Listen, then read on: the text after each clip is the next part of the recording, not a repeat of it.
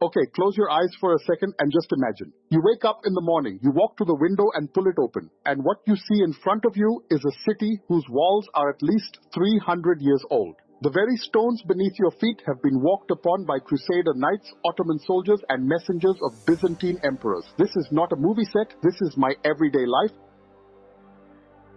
In today's video, I am taking you deep into the ancient history of Cyprus, a history that began 9,000 years ago, a tiny island that was conquered and ruled one by one by the Egyptians, Persians, Greeks, Romans, Arabs, and Crusaders. And if you think this history only belongs in a textbook, you are wrong. This history is still alive. You can come here, see it with your own eyes, and reach out and touch it with your own hands. Let us begin. Around 8000 BC, the very first people settled on the island of Cyprus. They were not hunters, they were farmers, people who planted seeds in the earth and waited for life to grow. The place is called Kyrokitia, just a 40-minute drive from Larnaca. Evidence of this Neolithic culture has been traced all the way back to the 6th millennium BC. I still remember the first time I visited this place. Honestly, I got goosebumps. I stood on that ground and thought to myself, people cooked meals here. They raised their children here. They had dreams here. Time moved on. By around 4000 BC, these same people had learned to make pottery and use copper tools. And by around 2500 BC, they had mastered the art of making bronze. And right here lies the hidden secret behind the name Cyprus. Do you know where the word Cyprus actually comes from? It comes from copper. Beneath the soil of this island lay an enormous reserve of copper, and it was the wealth of that copper that pushed Cyprus into the Bronze Age. In Greek, copper is called Kypros, and from that word, Kypros, we get today's Cyprus. When the entire ancient world was chasing bronze, Cyprus was the source of that very metal. Now, do you understand why every great empire wanted this small island for themselves?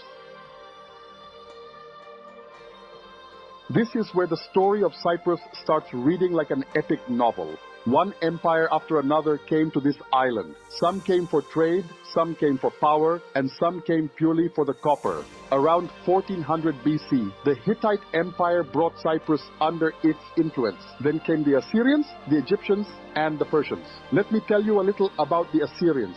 From roughly 708 BC to 669 BC, the Assyrian Empire collected tribute from the rulers of Cyprus. Not a direct occupation, but this small island was paying taxes to one of the most powerful empires in the world.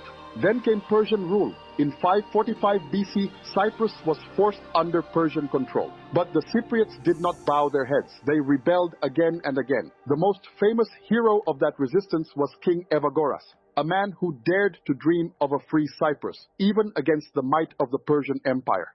And then came Alexander the Great. Whenever I think about this man, one thought always crosses my mind. By the age of 32, he had conquered the entire known world. Cyprus too became part of his empire. After Alexander's death, Cyprus passed into the hands of his generals and came under the rule of the Ptolemies.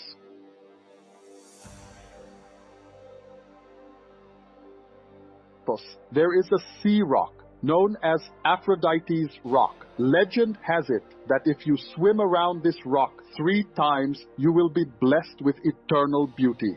Laughs. Whether I tried it or not, that I will not say. But mythology aside, Paphos holds something that will genuinely astonish you. Paphos is home to the ruins of ancient villas, palaces, theaters, a fortress, and tombs, all of which give this site extraordinary architectural and historical significance. And the mosaics of Nea Paphos are recognized as some of the most beautiful mosaics in the entire world. When I saw those mosaics for the first time, I honestly could not believe they were nearly 1,800 years old. The detail was so fine, the colors still so vivid, it felt as though someone had made them just yesterday. Now, let us come to the Roman era. In 58 BC, Rome annexed Cyprus into its empire. For the next roughly 600 years, Cyprus enjoyed relative peace and prosperity. The Romans built roads across the island, constructed grand buildings, much of which can still be seen today, from the mosaics in Paphos to the beautifully restored Greco-Roman theater at Kourion. Kourion, Remember that name.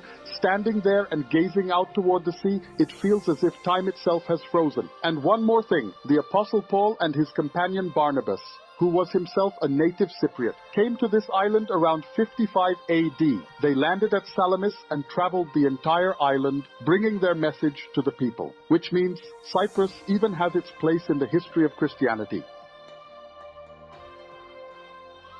Then the Roman Empire fell. When it collapsed in 476 AD, Cyprus passed into the hands of the Byzantines. Under Byzantine rule, Cyprus flourished for over 700 years. Then came the Arab invasions, then the Crusaders. In 1184, Cyprus declared independence from the Byzantine Empire. But almost immediately, England's King Richard I conquered the island. Richard later sold it to the French Lusignan family, who introduced a feudal system. In 1191, King Richard the Lionheart seized Cyprus on his way to the Crusades. He then sold the island to the Knights Templar, and the Colossi Castle, built during this era, served as their main stronghold. It still stands today as a witness to that history. This was also the time when the famous Commandaria wine was being produced in Cyprus, one of the oldest named wines in the world. In 1489, Cyprus passed into Venetian hands. They transformed the island into a military fortress, because the threat of the Ottoman Turks was growing closer by the day.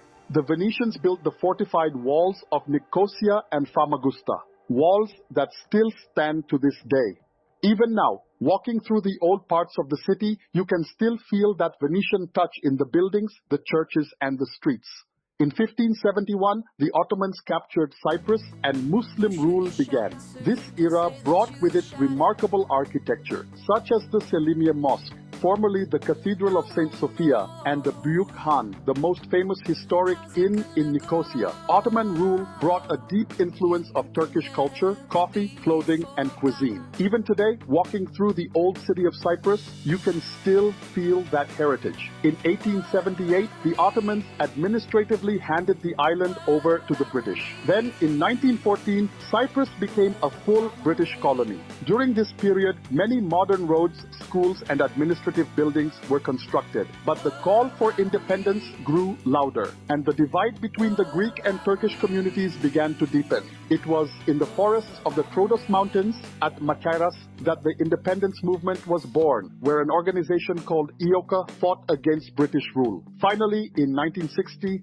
Cyprus became an independent nation. But sadly, peace did not last. In 1974, following a Greek coup and Turkish military intervention, the island was divided into north and south. Even today, the capital Nicosia remains the only divided city in Europe. Greek Cypriots on one side, Turkish Cypriots on the other. And yet Cyprus has reinvented itself. Today, it is one of the safest, most beautiful, and most prosperous countries in Europe. If you visit Limassol or Paphos, you will see it yourself. Modernity and history standing side by side in the same frame.